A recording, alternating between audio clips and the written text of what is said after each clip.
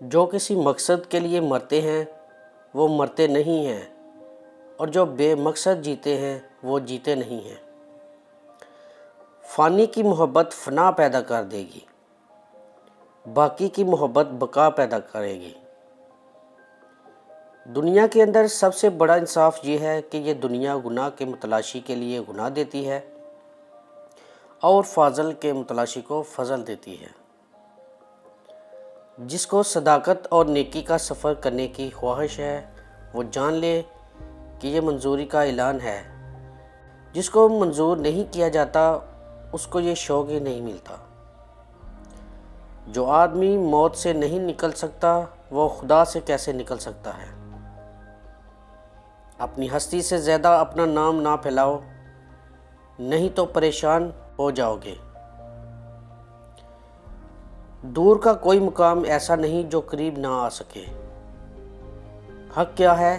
استعداد کے مطابق حاصل۔ احسان کیا ہے؟ حق سے زیادہ حاصل۔ محرومی کیا ہے؟ حق سے کم حاصل۔ آنسو قرب کا ثبوت ہے۔ جب روح کا روح سے وصال ہوتا ہے تو آپ کو آنسو آ جاتے ہیں۔ منافق وہ ہے جو اسلام سے محبت کرے اور مسلمانوں سے نفرت۔ آپ کے سانس گنتی کے مقرر ہو چکے ہیں۔ نہ کوئی حادثہ آپ کو پہلے مار سکتا ہے، نہ کوئی حفاظت آپ کو دیر تک زندہ رکھ سکتی ہے۔ جھوٹے معاشرے میں عزت کے نام سے مشہور ہونے والا آدمی دراصل ذلت میں ہے۔ معاشرے انسان کو جنم دیتے ہیں اور انسان معاشرے کو جنم دیتا ہے۔ ادب ہی قرآن کا حافظ ہوتا ہے۔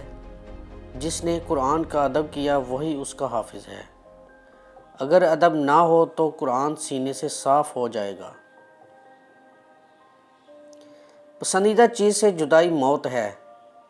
جن کی پسندیدہ چیز موت سے پرے ہیں ان کو مرنا آسان ہے۔